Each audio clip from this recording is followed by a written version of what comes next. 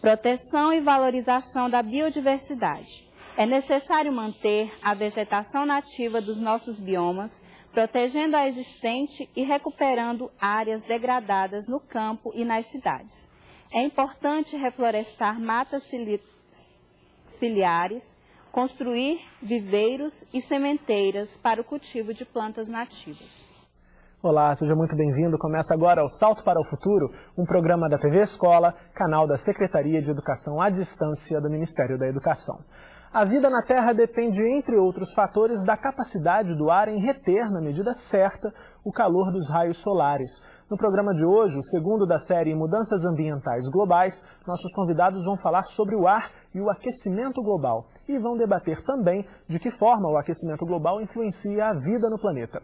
Para falar sobre esses assuntos, convidamos a coordenadora do GENS, Serviços Educacionais em São Paulo, Grácia Lopes, o diretor do Programa de Pós-Graduação e Pesquisa de Engenharia, a COP, da Universidade Federal do Rio de Janeiro, Luiz Pinguelli Rosa, e a presidente do Instituto Ecoar para a Cidadania, em São Paulo, Miriam Dualib. Poluição atmosférica. Este foi o tema trabalhado por alunos de uma escola do município de Belford Roxo, no estado do Rio de Janeiro. Eles construíram maquetes e cartazes para apresentar alguns resultados do trabalho de educação ambiental que desenvolvem no Colégio Estadual Bairro Nova Aurora. A atividade sobre poluição atmosférica envolveu duas turmas.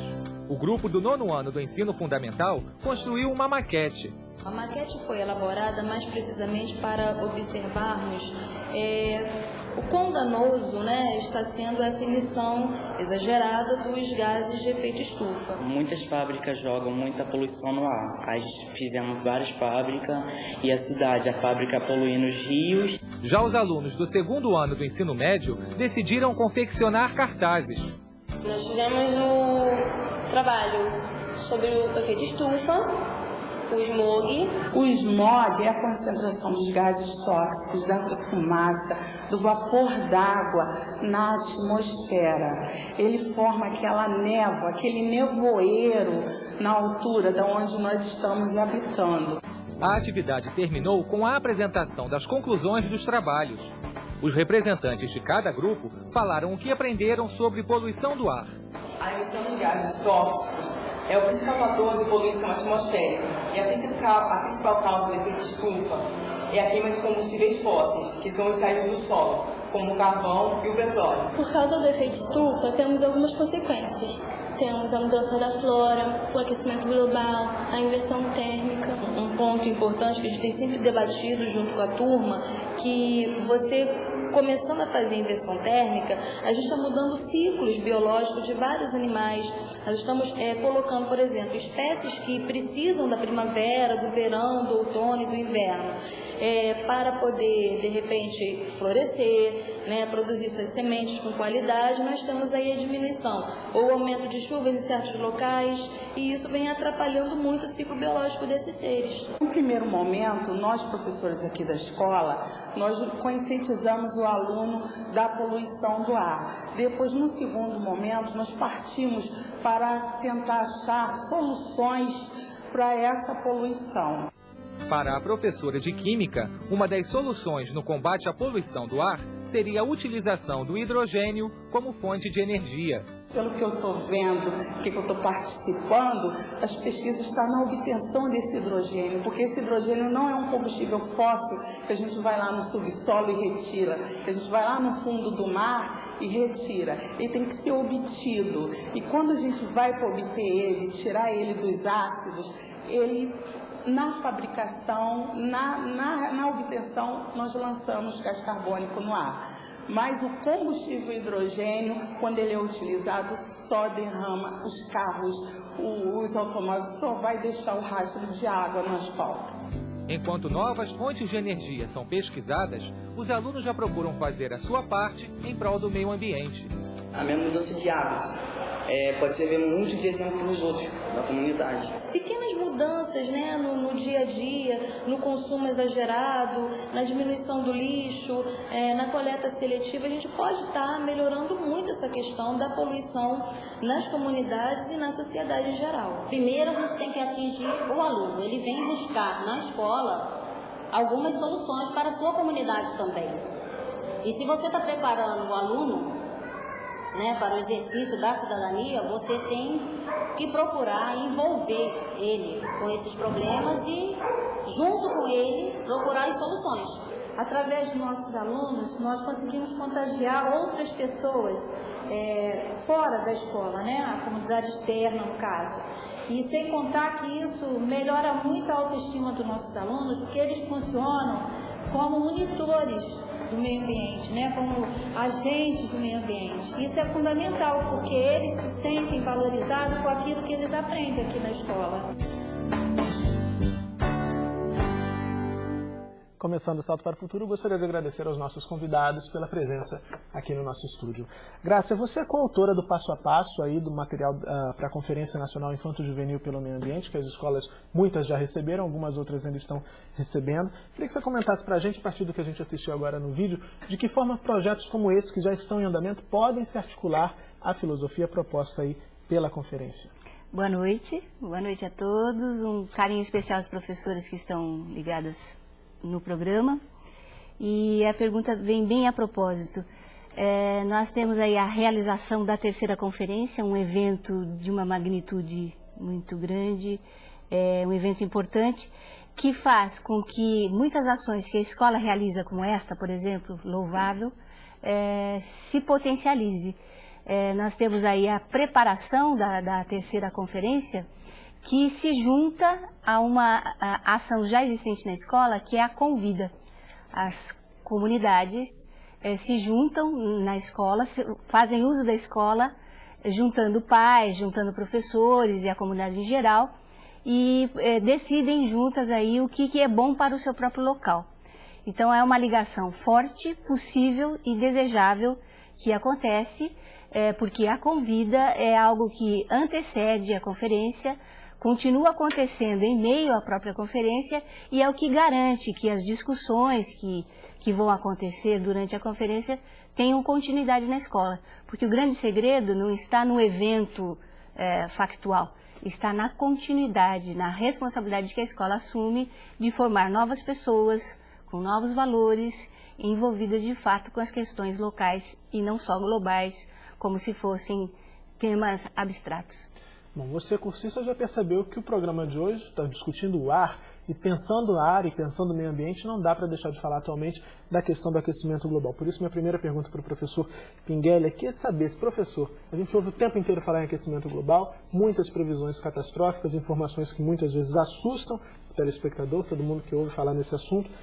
O aquecimento global é um processo reversível ainda, professor? Bom, em primeiro lugar, deve-se evitar o catastrofismo, porque ele não conduz a ações, e sim à perplexidade, à paralisia, ao desespero. Então é preciso saber que há soluções. Naturalmente, há uma irreversibilidade relativa, ou seja, o processo em curso, ele pode reduzir o que está acontecendo, ou seja, ele não pode evitar. Explicando. A concentração dos gases na atmosfera, ela é fruto não só da emissão atual, como também da emissão passada. Então, existe um efeito inercial que vai acumulando esses gases que já foram emitidos e residem na atmosfera. O aumento da concentração do dióxido de carbono, do CO2, que já aconteceu, está na atmosfera, ela não se reduz subitamente.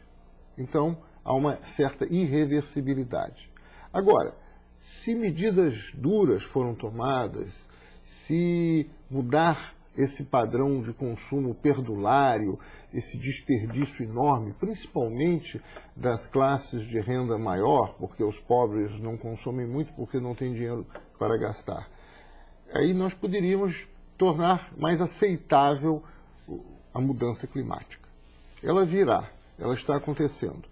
Mas a intensidade dela dependerá de medidas, dependerá de ações concretas, dependerá de atitudes, de políticas públicas, de governos, de uma outra mentalidade na produção e no consumo. Isso é que precisa ser discutido. E é aí que entra o papel de formação desempenhada pela escola e formação de cidadãos também. E aí, Miriam, que é sobre isso que eu quero conversar com você. No Instituto Ecoar, em relação à formação dos diversos atores sociais, como é que tem sido esse trabalho que vocês têm desenvolvido? O Ecoar tem como missão contribuir com a construção de sociedade sustentável. Já há 18 anos que nós nos dedicamos a isso, que é maior que o objetivo, realmente é uma missão. Nos últimos 10 ou 12 anos, nós temos focado muito na questão do aquecimento global e das mudanças climáticas, por considerarmos o problema muito sério, né? É uma ameaça, acho que pela primeira vez na história da humanidade, a qualidade de vida, a continuidade da nossa caminhada enquanto espécie nessa terra com qualidade de vida sofre ameaças, né? Então a gente precisa, e um fato que sempre nos chamou muito a atenção, isso já há mais de uma década, é que essa discussão ela é muito encerrada, ou pelo menos até pouco tempo atrás, ela era muito encerrada na academia, nos governos, na diplomacia dos países que faz toda a negociação. E as pessoas comuns do mundo todo, pouco sabiam sobre ela. Só que tem uma ironia nessa história, que as consequências do aquecimento global serão sofridas, estão sendo sentidas e serão muito mais pelos povos de todo o mundo. Todas as pessoas de todos os lugares do mundo sofrem as consequências, não é, das mudanças climáticas. Então nós decidimos, estamos firmes nessa missão de trabalhar levando a informação às pessoas, a informação correta, a informação não alarmista, mas a informação científica, não é? Através de cursos. Agora mesmo nós estamos fazendo o primeiro curso de especialização em mudanças climáticas lá em Curitiba, mais cursos para professores, cursos para gestores públicos, cursos para jornalismo, levando a informação sobre o que é o fenômeno do aquecimento global, quais são, né, as consequências das mudanças climáticas e o que é que a gente pode fazer, qual o papel de cada um. Então nós temos focado muito nessa última parte, para não incorrer naquela coisa que o professor Pinguelli falou muito bem agora, que é nessa paralisia, que a meu ver é profundamente antipedagógica, que impede as pessoas de agir. Ao contrário, a gente precisa agir enquanto indivíduo, enquanto comunidade, enquanto cidadão, para poder fazer com que esse fenômeno seja enfrentado. Agir enquanto espécie, né, como você dizia. Graça, e aí tem um ponto também, você atua com relação a isso na ONG Cala a Boca Já Morreu, e aí vocês buscam incentivar até a produção de comunicação, de discurso da mídia, midiático, pelas escolas. Como é que funciona esse trabalho? Pois é, aí está uma das questões, do nosso ponto de vista, inovadoras que nós temos no momento. Nós sabemos que as crianças, as pessoas em geral, mas especialmente as crianças, têm uma relação com os meios de comunicação muito forte. Em média, disse que nós ficamos 3 horas e meia, 4 horas diante da TV. E a TV é uma espécie de escola paralela, que está aí nos educando para o tipo de sociedade que nós sustentamos. Ela faz com que nós aprendamos aí valores de consumo, né? A mídia comercial não tem outro objetivo senão nos transformar desde muito cedo em consumidores de bens materiais. Para consumir os bens materiais, consumimos bens simbólicos, que são exatamente esses valores que levam à degradação do meio ambiente. Nós diríamos que as crianças, quando vão para a escola analfabetas, elas já são pós-graduadas em meios de comunicação, porque crescem diante, especialmente da televisão. Ora, elas são consumidoras de mídia, portanto.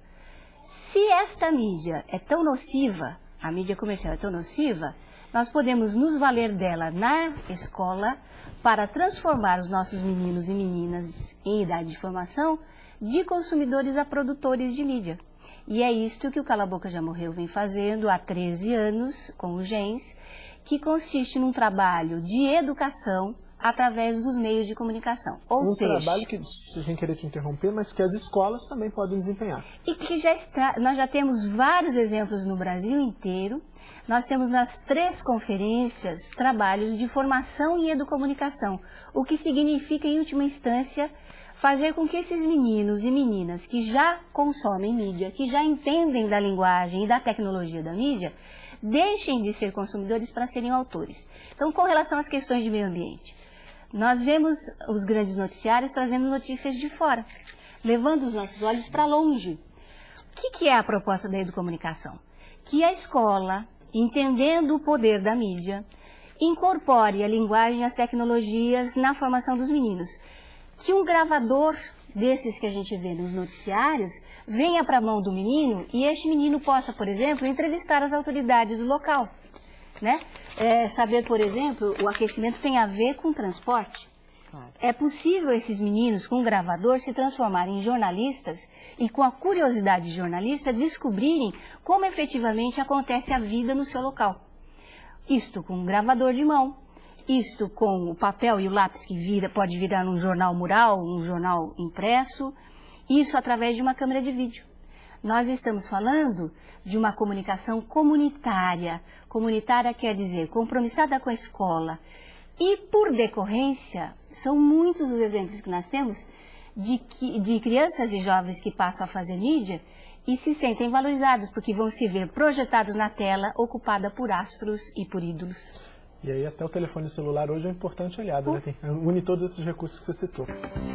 Os gases estufa funcionam como se fossem um cobertor que deixa passar luz solar, que aqui se transforma parcialmente em radiação infravermelha, ou seja, calor.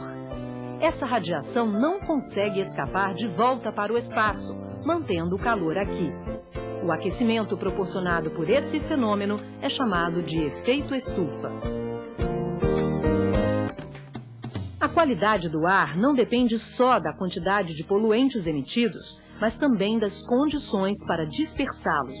Por exemplo, é mais fácil a dispersão no alto de uma montanha, onde venta mais, do que num fundo de vale. Na Escola Municipal Terra de Educar, no município de Paracambi, no estado do Rio de Janeiro, a nossa equipe registrou uma oficina com integrantes da Comissão de Meio Ambiente e Qualidade de Vida na escola. Durante o trabalho, eles falaram sobre sonhos e obstáculos para melhorar o dia a dia do ambiente escolar e da comunidade. Este foi mais um dia de encontro entre os integrantes da Convida, a Comissão de Meio Ambiente e Qualidade de Vida na escola. Essa comissão é composta pelo diretor, professor, coordenador, alunos que participaram da segunda conferência infanto-juvenil, que é o delegado e suplente, um representante da comunidade. O objetivo dessa Convida é construir a Agenda 21 escolar. Arineia Ornelas é superintendente de projetos ambientais da Secretaria Municipal de Meio Ambiente de Paracambi. Neste dia, ela participou de uma das atividades da Convida, na Escola Municipal Terra de Educar. Hoje nós estamos reunindo a nossa comissão, que é para a gente escrever o nosso sonho. Então, uma das etapas das oficinas do futuro é a árvore dos sonhos. Cada membro da comissão escreveu um sonho que gostaria de ver realizado na escola. O sonho, internet, a quadra de futebol, que há muito tempo também. Rampa de skate, mas eu acho que o mais importante é a internet. E agora a nossa segunda etapa de oficina é a nossa quebra de um caminho. Então essa ficha a gente vai escrever a nossa dificuldade, que a gente encontra, se depara para realizar os nossos sonhos. E cada participante da comissão marcou as pedras que encontrava pelo caminho.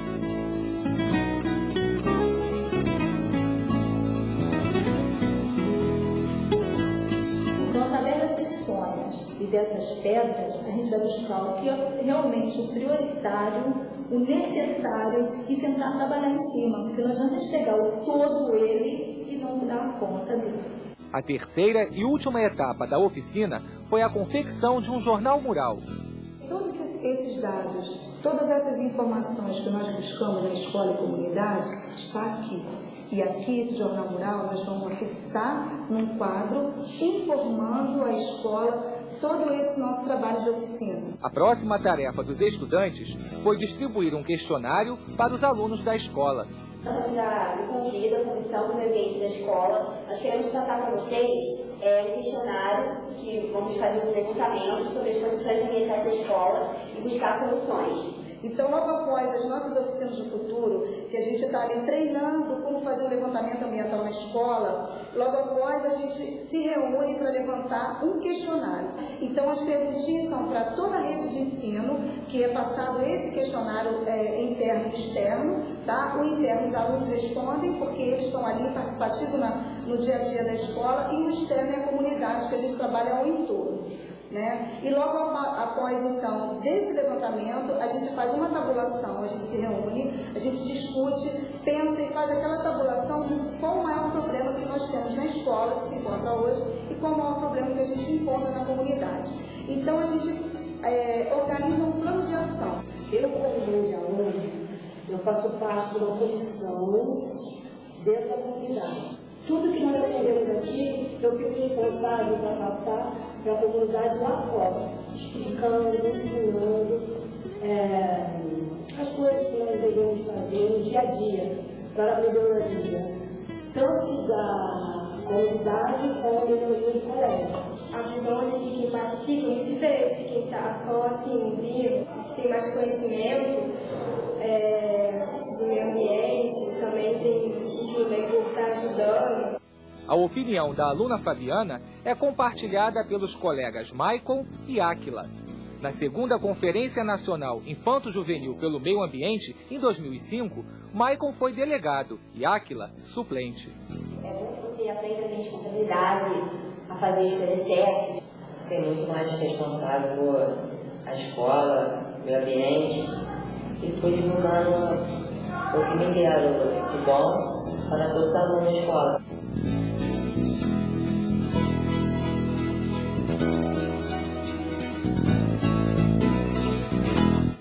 Graça, no primeiro bloco você falava das convidas e a gente acabou de ver o exemplo de uma comissão atuando, né? Agora eu queria que você dissesse, fizesse referência a um ponto do texto do boletim que os professores de todo o Brasil receberam, que também está no nosso site na internet. O texto afirma que o conteúdo em si não é transformador, que o grande desafio aí é a problematização, pode ser o caminho para essa transformação. O que deve nortear o professor, então, na hora de propor essa problematização, de problematizar as informações que chegam até a escola? Eu acho que o exemplo da escola Terra de Educar, que nome bonito, já é uma resposta a essa sua questão. Problematizar é ver o assunto que é geral, que atinge a todos, no local. Isso é problematizar. É colocar, é formar as pessoas para que pensem o tema na sua realidade. Então, o contato com a realidade local é a melhor forma de levar esses meninos em idade de formação a entender efetivamente a sua participação, a participação da sua comunidade nos problemas ambientais. Né? Certo. Professor Pinguelli, no intervalo da passagem do primeiro bloco para o segundo, a gente exibiu aí um spot, o cursista está ligado, durante toda essa semana a gente está mostrando alguns spots, são essas pílulazinhas com informações sobre a questão ambiental, e esse spot que nós exibimos falava da questão do efeito estufa, e a gente até conversava durante o intervalo, eu tirava dúvidas aqui com o professor Pinguelli, por muito tempo houve um discurso de que o efeito estufa por si só já era algo nocivo, ruim para a existência no planeta. Depois mudou-se o foco e passou-se a falar da questão do aquecimento global, do aumento das emissões de gases poluentes, que assim estariam potencializando esse efeito estufa. Queria que o senhor tirasse essa dúvida também, pode ser a dúvida dos cursistas. Se você tivesse a Terra nua, sem atmosfera, recebendo a luz solar e refletindo, emitindo de volta uma parte, ela teria uma temperatura muito baixa. Então, a atmosfera terrestre, essa atmosfera, esses gases que estão aí, em particular o CO2, dióxido de carbono, mas também o vapor d'água, o H2O, também é muito importante. Eles fazem uma camada de aquecimento da Terra, como uma estufa. E aí sobe a temperatura da Terra. Isso se deu ao longo do surgimento da atmosfera, do surgimento da vida na Terra, que também troca com a atmosfera CO2, absorve, emite, enfim. Então, isso levou a uma temperatura de uma Terra habitável, que é essa que nós temos. Infelizmente, da Revolução Industrial em diante, a colocação desse CO2 na atmosfera foi se tornando muito intensa, pelo consumo do carvão mineral primeiro, do petróleo em seguida e, finalmente, do gás natural, esses três. E, com isso, esse efeito natural benéfico foi se tornando exagerado, que é o preço que nós estamos pagando hoje, já começando a ter uma temperatura crescente e fenômenos atmosféricos muito severos. Então, o medo de que isso no futuro seja muito pior ainda é que nos faz frear essa quantidade de combustíveis que são queimados no consumo de energia e nos automóveis, nas fábricas, nas máquinas. É preciso encontrar outras soluções e uma sociedade também que desperdice menos, né? Uma grande parte do problema é o desperdício. Bom, já temos a primeira participação por telefone no Salto para o Futuro de hoje. Vamos ouvir a Karine, aqui do Rio de Janeiro. Tudo bem, Karine? Tudo bem. A crise ambiental tornou-se um problema mundial e a conscientização por parte dos docentes e discentes é crucial. Como a escola pode mobilizar pais, alunos, professores e toda a comunidade para que este desenvolva ações para combater o agravamento dessa situação? Obrigado, Karine, pela sua participação aqui no Salto. Miriam, a gente conversava antes do programa começar e você dizia para mim exatamente que esse é um ponto que você gostaria de comentar. O que a escola pode fazer diante de toda essa problemática ambiental que está aí colocada? A problemática ambiental global, né, que está colocada, são vários problemas que se interrelacionam, né? Esses problemas precisam ser enfrentados pela sociedade toda, pelo conjunto da sociedade. É impossível nós pensarmos no enfrentamento e na busca de soluções para problemas tão graves se nós não levarmos em conta que governo, sociedade civil, mídia, empresas precisam trabalhar juntos. Ora, nós precisamos formar novos cidadãos. Não dá mais para a gente prosseguir nesse modelo predatório e excludente que gerou essa situação, né? Nós não podemos mais prosseguir nesse caminho, nós precisamos mudar esse caminho. E essa transição para esse caminho se faz, acima de tudo, com a educação. Então, por isso a gente percebe que o papel da escola é fundante, né? O papel da escola é não só de educar as crianças, mas de, por meio dessas crianças, educar toda a comunidade. Aquela educação, mas de que educação que nós estamos falando? Né? Nós estamos falando daquela educação transformadora, aquela educação que começa na informação, na reflexão e que parte para o agir, que parte o que é que nós vamos fazer com base no nosso contexto, na nossa realidade, na nossa cultura. Como é que nós podemos, enquanto indivíduos, né, influenciar a nossa família, influenciar as redes todas das quais nós fazemos parte e como nós podemos agir enquanto partes da comunidade, enquanto parte da cidade, do planeta e do todo. Nós precisamos começar a nos conscientizar, e o papel da escola é fundamental nisso, conscientizar que nós precisamos exercer todos esses papéis para construir esse caminho rumo a um novo paradigma, um paradigma de sustentabilidade, com consumo sério, consumo responsável, onde a gente repense nossa maneira de produzir, repense o nosso transporte, repense nossa maneira de descartar, repense a nossa maneira de fazer política. Então nós precisamos construir um novo paradigma. Como é que se constrói isso em educação? Nós precisamos nos mudar e mudar enquanto indivíduo. E o papel da escola é fundamental. Vamos ao... Bom, a gente tem uma ligação quase pronta, daqui a pouco a gente fala com o Bruno de Tocantins, então. Agora eu vou falar com a Graça, que está aqui do meu lado no Rio de Janeiro.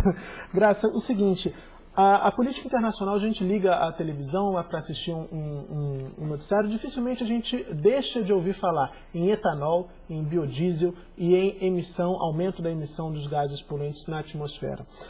A escola, como dizia a Miriam, é um papel da escola também problematizar e participar ativamente da construção desse novo paradigma, desse modelo de sociedade que a gente busca, uma sociedade sustentável. De que forma a escola, que já tem tantas outras atribuições, pode vencer e superar esse desafio? Pois é, eu acho que é primeiro vendo que isso não é mais um tema para ser trabalhado, não é mais uma proposta. Todos esses temas têm a ver com história, tem a ver com geografia, tem a ver com ciências. É preciso ver que questões de meio ambiente são questões interdisciplinares. É impossível nós tratarmos de problemas de gases poluentes sem vermos no transcorrer da história como é que isso veio acontecendo, né?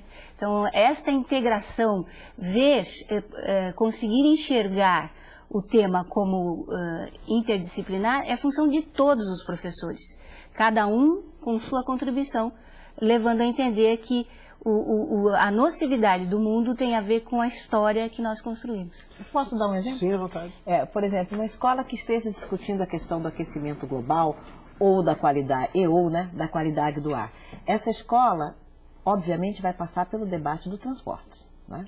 Pela emissão veicular, etc. e tal. Esse debate dos transportes, ele pode envolver a escola inteira. Quer dizer, ele pode começar perguntando como é que a gente vem para a escola, como é que a gente vai para casa, que tipo de veículo nós estamos usando, qual é o combustível, de onde ele vem, como ele é transportado, etc. e tal.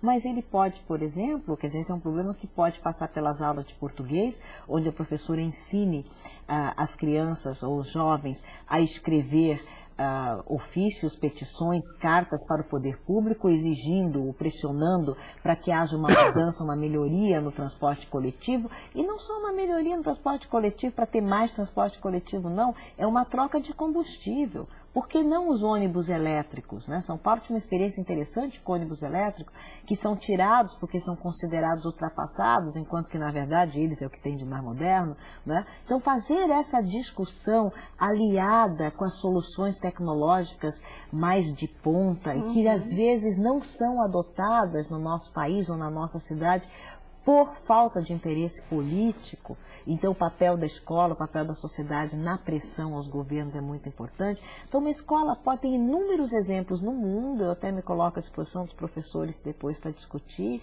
não é? Isso, para conversar, inúmeros exemplos no mundo de que comunidades, escolas, enfim, envolveram toda a comunidade, mobilizaram toda a cidade e conseguiram mudanças substanciais.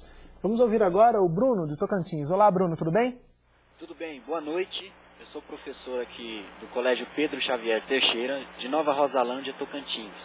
O meu questionamento é o seguinte: acompanhamos, principalmente aqui no nosso estado, a má conservação do solo, bem como do meio ambiente. Um dos agravantes desse fato são as constantes queimadas. Eu gostaria de saber de que forma podemos incorporar este fato nas disciplinas escolares para frear tais acontecimentos, bem como amenizar os males causados por esta ação. Boa noite e obrigado. Obrigado, Bruno, pela sua participação. Vou desmembrar sua questão em duas partes. Primeiro, vou ouvir o professor Pinguelli. Dá pra gente minorar para o Bruno, lá do Tocantins, o pessoal que está ligado no salto, minorar e diminuir esse impacto nocivo das queimadas sobre o ambiente? Bem, é preciso ver que queimada é. A queimada como uma prática agrícola, ela pode ser evitada por outra prática agrícola. O caso da produção de cana, a queimada é substituída pela mecanização. Ela é necessária para criar condições para o corte manual da cana. Paga-se o preço, quando se aumenta a mecanização, de diminuir o emprego, que é uma vantagem, por exemplo, no caso da indústria do álcool. Mas, em compensação, é um emprego muito bruto, muito extenuante. Né? O corte de cana é muito extenuante, ele causa estresse físico e doenças no trabalhador. E também causa doenças na população que respira o ar devido a essa poluição da queimada. Então, a queimada é desejável que se evite a queimada. Agora tem que ver do que se trata, qual é o tipo de produção, qual é a prática possível. Sempre há preço a pagar. Essa é a questão. Um país como o Brasil é um país pobre. Parte da população está numa situação melhor, uma grande parte está numa situação ainda precária. Então é preciso desenvolver, é preciso gerar empregos, é preciso fazer mais casas, aí precisa de cimento, precisa de aço e consome energia. Então o desenvolvimento necessita consumo de energia. Mas as classes de renda mais alta já estão no nível idêntico ao do europeu, tem automóveis muito grandes, consomem muito. Então era preciso um compromisso de diminuir de um lado para haver do outro. Então a questão da queimada é um tipo de atividade, é um tipo de prática agrícola. É melhor evitá-la, é melhor que não tenha. Agora é preciso estudar cada caso. O Bruno falava também, Graça, em envolver ali a comunidade para tentar exatamente desenvolver essa atitude investigativa em relação a essa queimada. Essa pode ser uma atribuição, inclusive, das convidas, das escolas. Perfeito. E é uma atividade proposta pela Educomunicação. Antes de discutir os temas, é preciso investigar os temas. E aí o professor Pinguelli diz muito a propósito o que é preciso fazer. Não pode se falar de queimadas, assim, no geral. Tem que se pensar a queimada naquele lugar, como é que acontece. Ora, como é que vai se descobrir isso? Investigando, indo lá. Então, nesse sentido que a proposta de Educomunicação, que vocês verão no passo a passo, aí bem detalhada, faz com que os meninos cresçam usando a tecnologia E aí eu lembro do Michael, que fala do sonho dele de ter a internet, né? Se esses meninos usarem um gravadorzinho pequeno e entrevistar o agricultor, entrevistar a autoridade sobre efetivamente como é que aquilo está acontecendo no seu local, e colocar na internet ou colocar no jornalzinho do bairro, nós teremos aí gente que fala de meio ambiente sem ser por modismo e sem ser com soluções mágicas. Vem o vento, vai silvando. O vento é quando? É depois de ter amado. Vento servo, puro vento. Se mistura com os cedros, ultrapassa o mirante. Se mistura a outro tempo. Vento, e quando? É depois de ter lutado. Os cientistas admitem que, atualmente, as previsões são precisas quando falam dos efeitos da concentração dos gases estufa sobre os balanços globais de energia e água, e trabalham para conseguir detalhar as previsões regionais. Por exemplo, da frequência e intensidade de eventos extremos. A ideia é conhecer mais sobre períodos secos, chuvas intensas e ciclones em cada região, para facilitar o planejamento. Professor Pinguelli, no bloco anterior nós falamos sobre efeito estufa, e eu acho que é interessante perguntar se os fatores econômicos continuam a ser aí o principal entrave para que as emissões de gases poluentes que causam e aumentam o efeito estufa possam ser reduzidas. Fatores econômicos no sentido de um tipo de economia, que não é necessariamente a única. É a economia onde se estimula muito o consumo. E não só o consumo de coisas que se podia considerar essenciais, ou seja, comer, ter o lazer é fundamental, o consumo de diversão, habitação, o transporte com dignidade e condição, isso tudo é necessário, né? Seja público, seja individual. Mas o problema é uma economia que estimula um excesso de consumo e muito desigual. Né? Automóveis muito grandes. Esses automóveis pesados que entraram na moda nos Estados Unidos e o Brasil está importando, quando lá eles estão agora recuando. Você utiliza uma caminhonete para uso urbano. Às vezes com tração nas 4 rodas, o que é um descalabro, porque não se usa nunca, não precisa, com uma carroceria enorme que nunca é ocupada. Isso é um desperdício. Você pode ter um carro pequeno e se deslocar perfeitamente, não precisa ter um caminhão para passear de caminhão. Então, esse consumo, no sentido da economia, estimula isso, leva a isso. A maneira de produzir, a maneira de consumir, e uma brutal desigualdade. E que isso é que acaba levando a um consumo energético excessivo. É possível ter uma outra economia. Eu dou sempre um exemplo simples.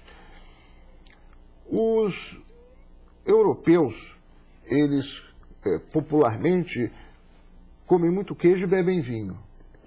E os americanos, popularmente, bebem muito Coca-Cola e comem muito cachorro-quente. E gastam o dobro de energia por pessoa. Para comer cachorro-quente com Coca-Cola. Vinho com queijo é mais gostoso. E eles vivem com muito menos energia que os americanos. Os europeus têm um padrão de vida muito bom e gastam metade da energia per capita que os Estados Unidos. Isso é um exemplo que... Sem falar na epidemia de obesidade que está afetando lá a população norte-americana. Então, deve ser muito cachorro-quente. Bom, nós recebemos aqui agora, Miriam, um e-mail enviado pelo pessoal de Queimados, né? A Priscila Custódio. Priscila, obrigado pela participação. Ela quer saber como conseguir que as autoridades brasileiras deem a devida importância a projetos articulados sobre o meio ambiente, pois ela pode notar lá em Queimados um descaso quase que total em relação a esse assunto. Eu acho que a única maneira que a gente tem de fazer com que o poder público, em alguns lugares, se comprometa com as causas ambientais é por meio de pressão. Porque a ignorância ambiental ela é muito grande no mundo todo. Né? Porque as questões ambientais elas são complexas, elas exigem um conhecimento multidisciplinar, né? Elas exigem que a gente mude atitudes para poder ter um pouco de coerência, mude práticas como essa do uso de automóveis, como, por exemplo, desperdiçar energia dentro de casa, deixar todos os aparelhos em stand-by, gastando 11% a mais de energia do que poderia ganhar. Abrir mão de um conforto individual para um conforto planetário. Não é do conforto, eu acho que não precisa abrir mão do conforto, a gente abre mão daquilo que a gente imagina que não é que é conforto, mas que não é, que é puro desperdício, que não é necessário. Como o carrão que não é? citou. Exato. Então, na verdade, verdade, isso tudo é ignorância, né? É ignorância ambiental. Às vezes é porque as pessoas não sabem.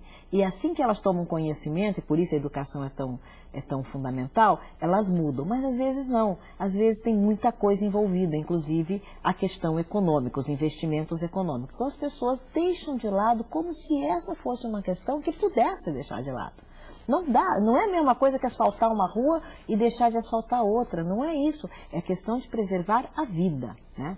Então, nesses casos, a única coisa que eu, enquanto ativista, acho que dá para fazer é pressão, muita pressão.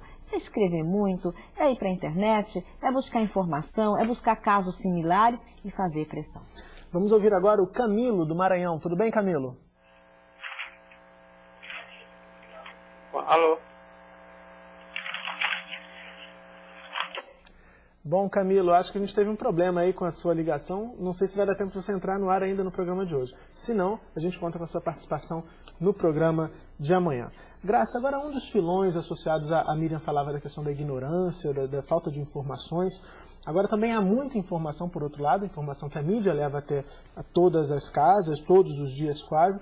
E um dos filões que a mídia tem se dedicado a explorar bastante é o tom apocalíptico ali. São muitas as previsões sombrias. Hoje mesmo, pesquisando aqui para conversar com vocês, eu achei previsões assustadoras mesmo. E que muitas vezes não dá margem à crença na possibilidade de que esse atual quadro em que nós estamos possa ser revertido. Qual é o papel do professor na mediação dessas informações, então, Graça? Nós temos aí o tom apocalíptico e uma outra coisa também que incomoda muito, mas que é muito coerente com essa sociedade que a gente está sustentando, que é achar que as soluções são individuais. A mídia contribui muito para divulgar aí que um fulano teve um papel de herói e conseguiu salvar, ou cada um faça a sua parte também, é uma frase que se ouve muito. A história do beija-flor que foi apagada. Essa ideia de que... é individualista, né? É bem coerente.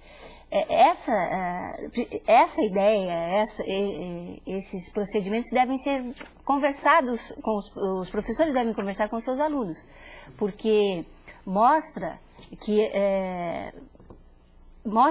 uma ideia ingênua de que as soluções são individuais, quando nós sabemos que as soluções são coletivas. Quando a Miriam fala de pressão, não é pressão de um, porque a pressão de um é uma gota d'água no oceano. A pressão é coletiva. E o papel do professor é um papel político, do esclarecimento, né? Tirar da ignorância, porque ignorante é aquele que ignora, aquele que não tem informação. E é encantador ver os estudantes, quando eles têm informação, assim como os seus pais, eles se chocam e querem fazer alguma coisa para mudar. Então o papel do professor é esse papel político, de trazer a informação, de ouvir as pessoas pensando sobre os efeitos daquele problema sobre a sua vida e incitar essas pessoas a conversarem, se organizarem para daí sim fazer a pressão. Então o papel é sempre o que o Paulo Freire já disse, que é o papel político mesmo, inerente à tarefa de ser professor. Professor Pinguelli, no Brasil e no exterior existem muitas teorias e muitas interpretações sobre as causas do efeito estufa. Uma das que eu encontrei hoje diz respeito à Amazônia, culpabiliza aí a Amazônia em relação ao aquecimento global, graças à emissão de gases provenientes das queimadas. É claro, como você já disse, as queimadas são condenáveis e podem e devem ser evitadas. Agora, na sua opinião, há dificuldades também por parte dos pesquisadores na divulgação de pesquisas e informações sobre essa temática? Os pesquisadores se comunicam em círculos fechados entre seus pares, numa linguagem também especializada. Então, a dificuldade enorme de chegar a um grande público. Embora no caso do efeito estufa isso já aconteça, que já criou-se um jornalismo especializado, digamos, de pessoas que começam a dar atenção e programas como esse que levam à difusão do conhecimento e que tem um papel importante. Agora, a queimada da Amazônia, ou o desmatamento que não seja por queimada para tirar a madeira, ele é muito prejudicial. 75% das emissões de dióxido de carbono do Brasil, segundo o inventário que foi feito, apresentado em 2004, mas referente ao ano de 94, mas isso não mudou muito em percentual, é devido ao desmatamento da Amazônia. Então, o desmatamento da Amazônia é o grande problema do Brasil. O Brasil não é um grande consumidor de energia fóssil, porque ele usa muito hidroeletricidade, o próprio álcool, combustível, e é um país pobre, onde a população tem um consumo per capita baixo, que tem até que aumentar, porque são os pobres que têm consumo pequeno. Agora, o desmatamento no Brasil, portanto, é o pior problema do efeito estufa que devia ser combatido com muita severidade. Os últimos 3 anos houve redução do desmatamento. Esse ano, há dúvida, há uma propensão de que esse desmatamento volte a crescer, o que é muito ruim. Ali contribui a penetração do soja na Amazônia, de criação de gado e a exploração da madeira, são os 3 principais fatores. Agora, a Amazônia também é uma vítima do efeito estufa, porque se parar de desmatar completamente, como devemos fazer, e o mundo inteiro continuar consumindo petróleo, carvão, gás natural na proporção que vai, a Amazônia será afetada pelo efeito estufa. Ou seja, nós perderemos floresta. Então, repare bem, ela é ré e é vítima. Dentro do Brasil, nós temos que fazer tudo para evitar esse desmatamento. Não só pelo efeito estufa, porque ele tem outros efeitos perversos. Segundo, não basta, é preciso que o mundo todo mude o seu padrão de consumo para que, não havendo tal intensificação do efeito estufa, você não perca uma parte da Amazônia devido à mudança do clima. Bom, infelizmente a gente já está chegando aqui à reta final do programa de hoje. Gostaria de começar a ouvir as considerações finais dos nossos convidados. Miriam, por favor, começando por você, quais são os seus destaques? Eu quero só levar uma palavrinha aos professores e às professoras que nos assistem, dizendo que o papel de cada um de nós que educamos ou que estamos nessa missão bonita, né, que é de educar, é muito grave. Nós estamos vivendo um momento único. Eu acho que a nossa geração que aqui está, nós estamos vivendo um momento extremamente especial, porque a gente tem muita coisa para fazer. Nós chegamos num limite de modelo civilizatório que precisa mudar. Então, o papel daqueles que trabalham com a educação é essencial para acelerar essa mudança, para fazer com que um país como o Brasil, que é um país com todos os problemas que tem, mas é um país que ainda não se desenvolveu plenamente, faça o seu desenvolvimento inclusivo, o seu desenvolvimento com justiça social, mas em outros padrões, em padrões de sustentabilidade. Isso é possível, existe tecnologia para isso no mundo todo, existe recurso para isso no mundo todo. A gente precisa de uma sociedade atenta, vigilante e ativista para provocar essa mudança. A gente ainda tem um tempinho, Miriam. Queria só que você dissesse para o professor um pouco aquilo que você já dizia no começo, que é possível pensar na formação de cidadãos conscientes dessa nossa realidade e de para onde queremos chegar em relação à questão ambiental, né? Eu acho que a questão ambiental, ela hoje é muito mais do que uma questão que se refere só à questão do ambiente. Ela é uma questão que se refere à vida. Quando a gente está falando nas questões ambientais, nas questões globais, nós estamos falando na manutenção da vida. Não só a vida da nossa espécie, não, mas de todas as outras espécies que conosco compartilham o oikos, né, o lar terra, a Pachamama, como dizem as populações andinas. Okay. Nós precisamos nos esforçar para conseguir deixar esse planeta para os nossos filhos e para os nossos netos. Ok, obrigado, Miriam. Professor Pinguelli, por favor, suas considerações finais. Eu acho oportuno haver esse tipo de debate e essa difusão. Eu concordo totalmente que o problema de mudança do clima não é objeto de uma disciplina, é objeto de todas as disciplinas. Ela deve estar presente na discussão de história, porque ela tem uma base histórica dessa civilização moderna, industrial. Ela tem uma base geográfica, porque ela vem mais de certas atividades que ocorrem principalmente no hemisfério norte, onde a industrialização é muito maior. Ela é também moral, ética, ela é, portanto, política. Então, eu acho matemática, porque precisa fazer umas contas para entender, não basta só falar no vazio, há uma lógica que tem que ser seguida. Eu acho que, então, as ciências naturais também devem contemplar no ensino dos estudantes essa questão. A gente também ainda tem um tempinho, professor Pinguelli. Como é que o senhor analisa o papel do Brasil no cenário internacional no trato dessa questão do aquecimento global? O Brasil ele tem uma posição dura na Convenção do Clima de não aceitar que os países desenvolvidos que assumiram na Convenção a obrigação de reduzirem suas emissões e não estão cumprindo, transfiram para outros países essa obrigação. Por outro lado, também teve uma posição importante, chamado Protocolo de Kyoto, em 1997, foi levada uma proposta brasileira que teve uma influência muito grande e deu origem ao chamado Mecanismo de Desenvolvimento Limpo, que está em aplicação no mundo e contribui não resolve, mas atenua essa questão. Então o Brasil tem tido uma posição historicamente correta na questão do clima. Ok, professor Pinguelli, obrigado pela participação. Graça, por favor, suas considerações finais.